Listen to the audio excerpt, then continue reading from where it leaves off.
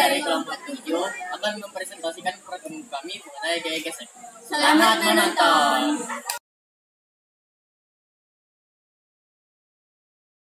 Tujuan dilakukannya percobaan adalah untuk mengukur besar koefisien gesek kinetik pada sebuah benda.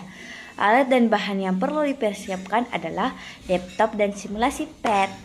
Jadi yang pertama itu, atur semua atau centang semua kotak keterangan.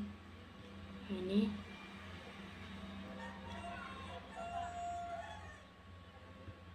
Sebelum memulai, kondisi benda tidak mengalami gesekan dengan mengatur tombol pause. Kemudian atur gaya tetapnya itu menjadi 150 Newton. Lalu gesek peraturan Preston sedikit ke kiri mendekati 0.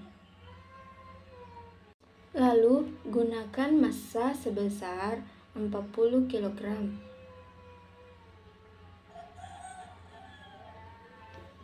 Klik mulai. Perhatikan fraction force setelah mendekati 40 meter per sekon atau mencapai 40 meter per sekon. Klik pause, lalu amati besar gaya gesek benda.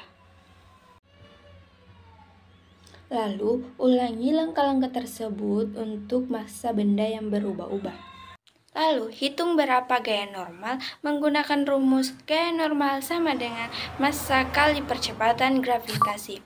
Yang kedua, hitung berapa koefisien gesek kinetiknya menggunakan rumus koefisien gesek kinetik sama dengan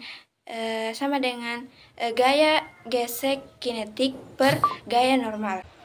Baiklah, jadi ini adalah grafik dari hasil praktikum kami di aktivitas pertama.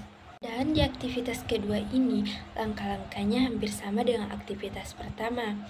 Perbedaan langkah-langkahnya yaitu hanya gaya tetapnya itu diubah menjadi 250 Newton dan pengaturan fraksionnya itu dikembalikan ke tengah.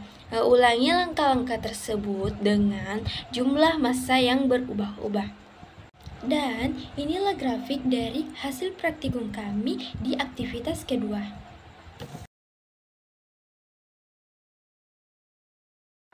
Ya, terdapat perbedaan besar koefisien gesek benda pada permukaan licin dan kasar.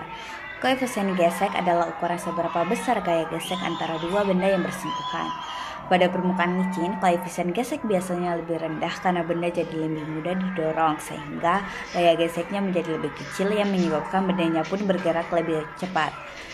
Sebaliknya, pada permukaan kasar, koefisien gesek lebih besar karena di permukaan kasar benda menjadi lebih sulit didorong sehingga gaya geseknya menjadi lebih besar yang menyebabkan gerak benda menjadi lambat. Hubungan antara gaya gesek dan gaya normal berbanding lurus. Hal ini dapat dilihat dari rumus di bawah ini. Mu K sama dengan FK per N. FK sama dengan Mu K N dikali N. Maka dapat disimpulkan bahwa hubungan antara gaya gesek dan gaya normal berbanding lurus. Artinya, semakin besar gaya normal maka akan semakin besar pula gaya geseknya.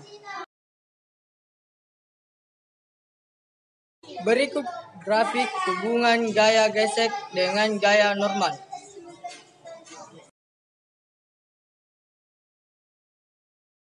Kesimpulannya, gaya gesek adalah ukuran seberapa besar gaya gesek antara dua benda yang bersentuhan.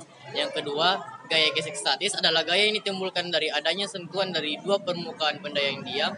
Yang ketiga, gaya kinetik adalah gaya yang ditimbulkan dari adanya sentuhan dari dua permukaan benda yang bergerak. Yang keempat, licin dan kasarnya permukaan mempengaruhi gaya gesek. Semakin licin permukaan, semakin kecil gaya geseknya, dan sebaliknya, semakin kasar permukaan, semakin besar gaya geseknya. Yang kelima, hubungan antara gaya gesek dengan gaya normal adalah berbanding lurus. Artinya, semakin besar gaya normal, maka akan semakin besar pula gaya gesek pada benda. Yang keenam, jika gaya yang bekerja pada benda sama atau kurang dari gaya gesek tersebut benda, maka benda tersebut tidak akan bergerak. Yang ketujuh, maka dapat disimpulkan bahwa semua komponen elemen yang sudah dilakukan saling berhubungan satu sama lain. kami. Mohon maaf atas kesalahan pengucapan dan perbuatan. Wabillahi taufiq wal hidayah. Wassalamualaikum warahmatullahi wabarakatuh.